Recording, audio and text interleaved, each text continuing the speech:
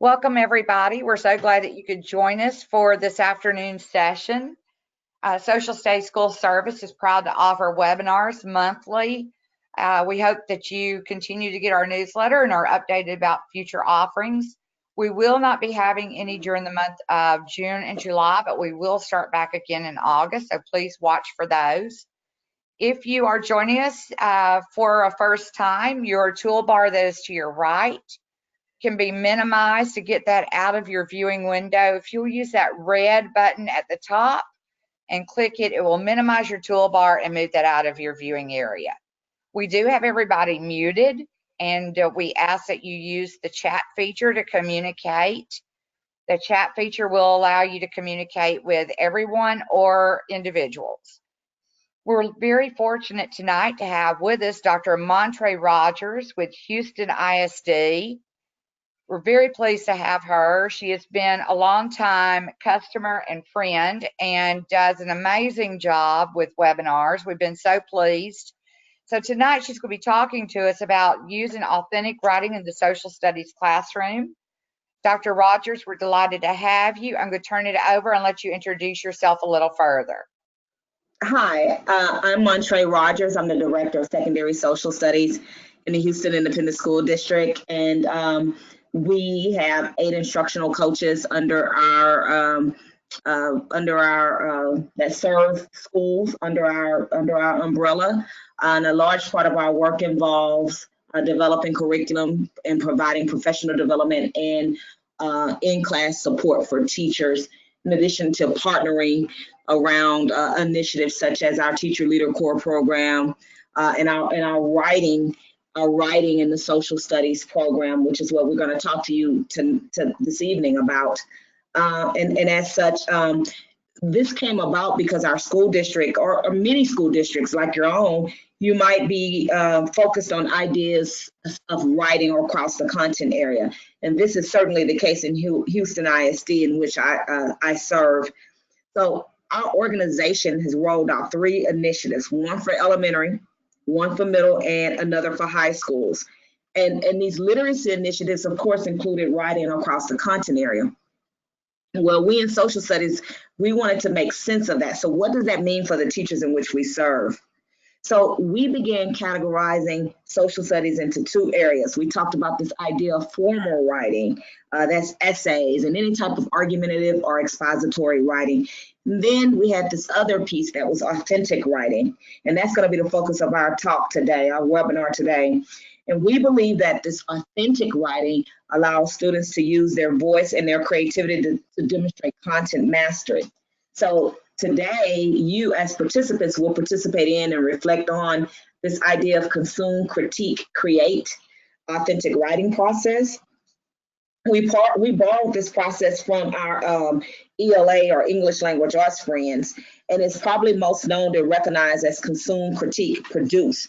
However, we like alliterations in social studies, so we changed it a little bit to be consume, critique, and create. And here's what it means. The consume piece is that students have an opportunity to read and explore mentor text to use as an exemplar. And then after they've consumed so many types of exemplar text, they critique it. They look for common characteristics or must-haves of the text. And then finally, they begin to use that text as a model to create their own versions of the text to demonstrate mastery. So let's think about something. How many of you consider yourself as a writer? We often have said and believe that all teachers are teachers of writing, but what we have not said as often is that all teachers are writing. So I want to take us through this process. We'll begin by consuming. I want to use the poem I Remember.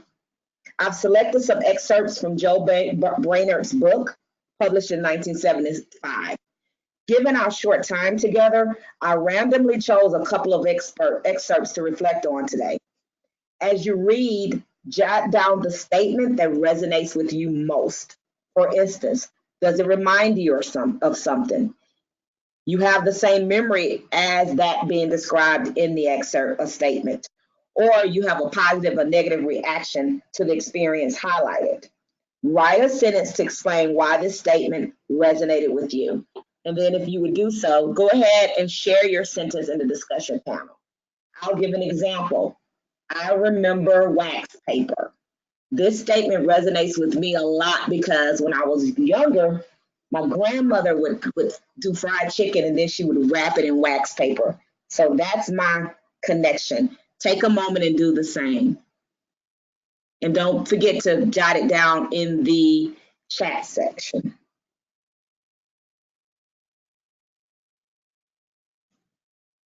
Okay. I want you to think about the statements that he uses. What connections do you see? And all of the statements themselves to your own experiences in their construction. Is it vague or is it detailed?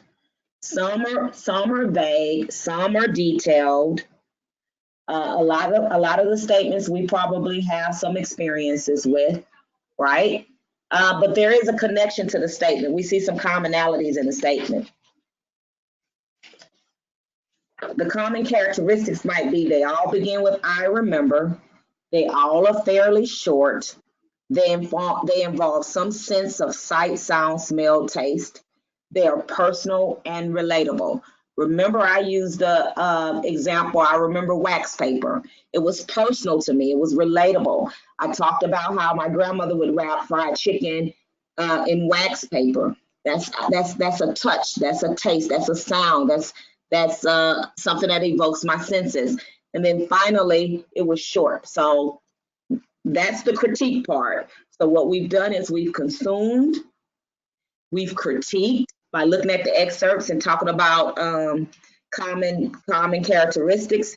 And then finally, we will go into the situation where you will use the remember statements from Brainerd's work to write your own remember statement.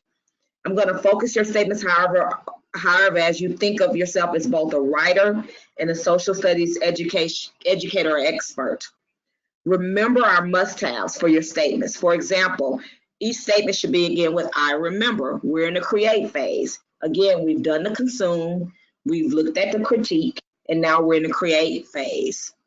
So if you so choose, you would focus on one of the five, sorry, let me go to the next one of the five statements below. You would focus on yourself as a writer for elementary school, middle school, or high school. You will focus on yourself as a writer in high school.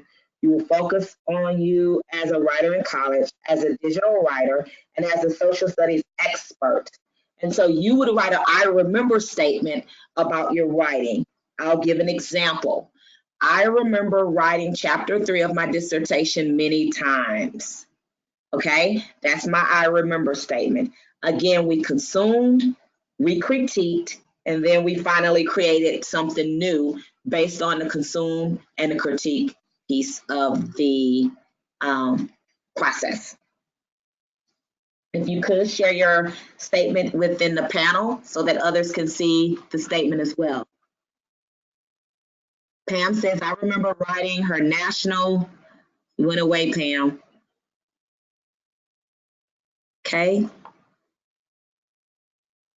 Again, let's take a moment to debrief the process because I think the process is extremely important.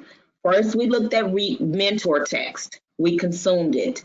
We did this by reading and by storing those statements that resonated with us. Next, we discussed what statements had in common or how they were connected to each other and to ourselves. We critiqued it. And then finally, we wrote and shared our own statement we created. So by taking you through this process, each of you was able to create your own unique piece of poetry about yourself as a writer. Had I simply said, write a poem about you as a writer, some of you may have stumbled, been frustrated, or even given up and not participated. This process provided the support and guidance you needed to be successful in the task. So because we were short on time, what ended up happening is that we just looked at one statement. But in truth, if you look at the I remember statements, if you take people through the process, they would have written an I remember poem based on each of these aspects themselves as an elementary school or middle school, a high school, college, digital writer, and then a secondary social studies expert for an elementary, middle, and high school and college. So you would have created your own I remember poem based on Brainerd's work.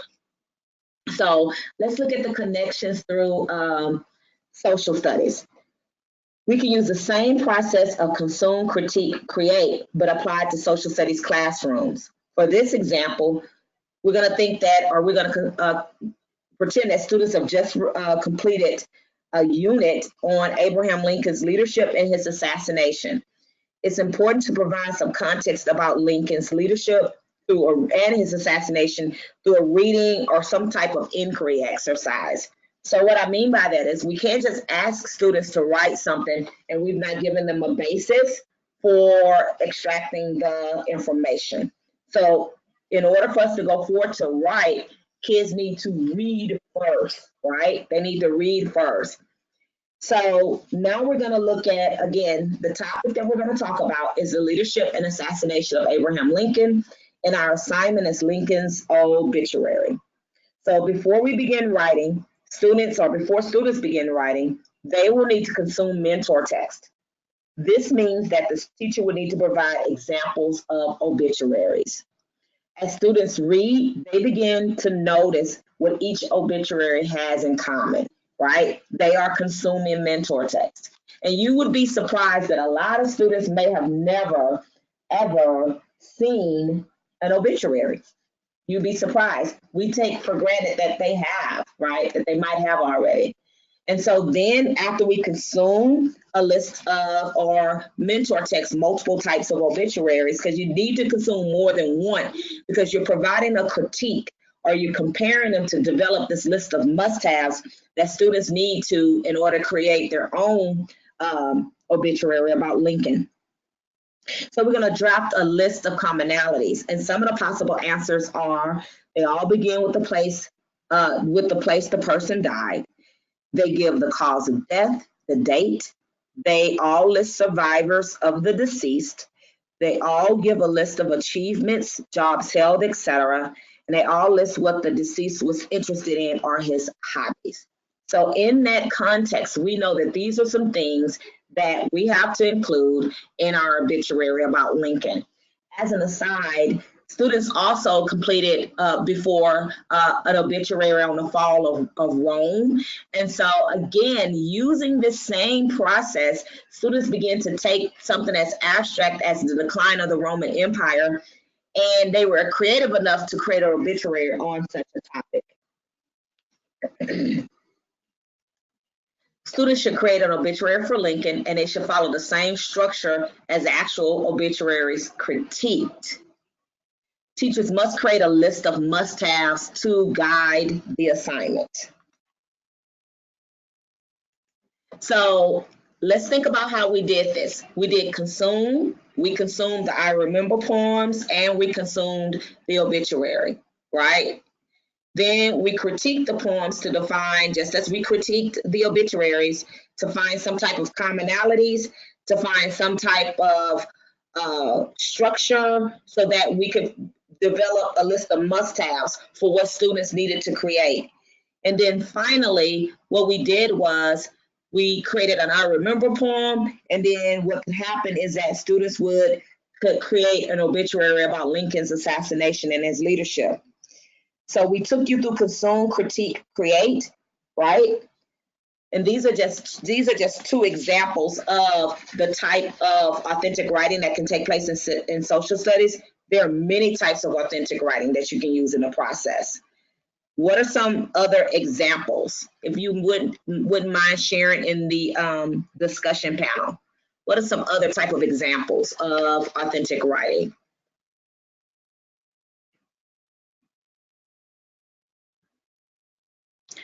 I can think of. Would you repeat that, please? Sure. I said we just looked at, we started with a piece of poetry to kind of ground us in the process. But then think about it. One of the examples that we noted today was an obituary for Abraham Lincoln, right? Something to help us understand his leadership and the assassination. But think about other opportunities for authentic writing in social studies. So what might be some other opportunities or other things that students can create that does the same thing, that allows them to be creative while still mastering the content?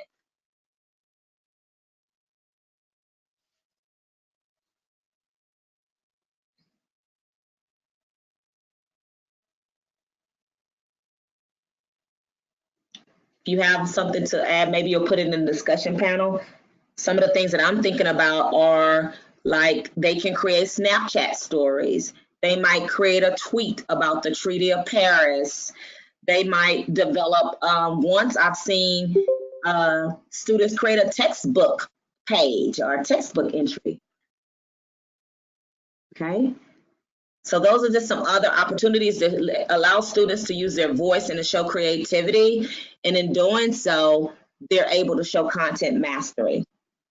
So John Hattie's 2008 analysis of factors that maximize student achievement says that students need clear examples of what we're asking them to do. It's not always easy to ask students to write, especially when we don't see ourselves as writers, right? It can be scary to write following the same guidelines that we give students. And what I mean by that is sometimes we become afraid of actually writing or creating exemplars for students to use because we don't quite understand the process ourselves. What we know that students tell us, however, is that they value the examples that we produce. They enjoy seeing our thoughts and ideas as it helps them work through their own opinions. They trust the teacher and their work and use it as a resource and a guide to help them move toward their own mastery. We began this session with your thoughts on you as a writer throughout your school year. Your school career. And what point did you have a positive memory? Like I talked about writing chapter 3 over and over again, right? That was one of my memories. What do you want your own students to remember about themselves and their writing experiences in your classroom? What do you want your students to remember about themselves and their writing experiences in your classroom?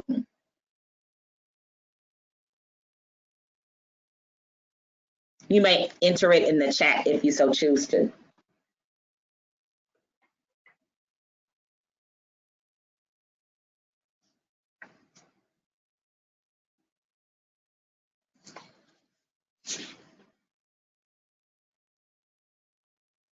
I like the fact that you talked about using evidence because even though we're creative, we're doing things like poetry, obituaries, tweets, there still has to be some evidence to support what they're saying. We're not just creating stories, but we're using the historical evidence, and that helps us to measure mastery. I want us to think about the entire process. What surprised you about this process?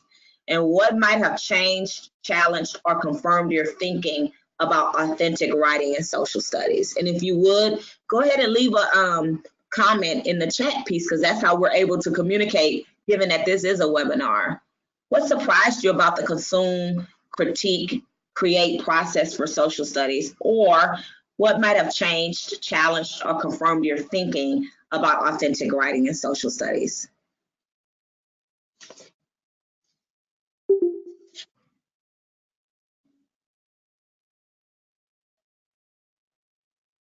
Okay. Someone said they want them to write about topics that are relevant to them.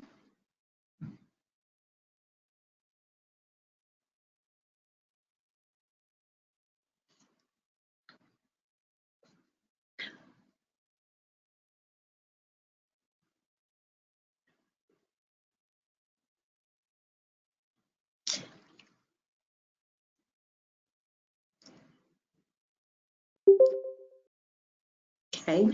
I want to add though, when we're writing about topics that are relevant, that's true. I like to think about giving kids choice. So maybe the choice is they write either an obituary about Lincoln's assassination or his leadership, or they might write a piece of poetry about Lincoln's assassination or his leadership. Because oftentimes in social studies, we are confined by our standards. I know here in Texas we have very specific state standards, and actually I pulled the topics Lincoln and his leadership and assassination from the standards, and so we have to create those lessons around those standards of mastery. But I think I like the relevancy. We can actually help them to make it more relevant or give them voice by providing authentic writing opportunities for them to do that. Then they do feel the relevancy of it. Does anyone have anything that surprised them about this process?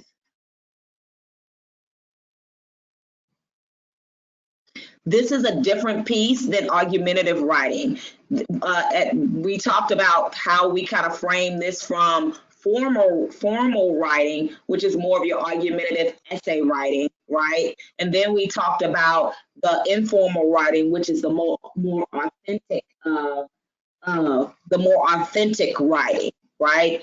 And so what you mentioned, Kimberly, the more formal writing is the essay, the argumentative. I think that they both are kind of more aligned in the fact that you have to teach students how to find evidence to back up what they're actually are saying. So like in the formal writing, you would find they would have to have evidence to back up their thesis or their assertion. Whereas in the authentic writing, if they're creating an obituary and they're saying that Lincoln was a grand statesman, then they still would have to back that up with some type of piece. So yeah, it is like a I do, we do, you do. Some people cringe at that, but I'm fine with it. So did anything change, challenge, or confirm your thinking about authentic writing and social studies? You probably came in thinking one way about it, but now you think totally different about it. Or maybe your thinking is confirmed. You still think the same way you thought when you initially joined this webinar.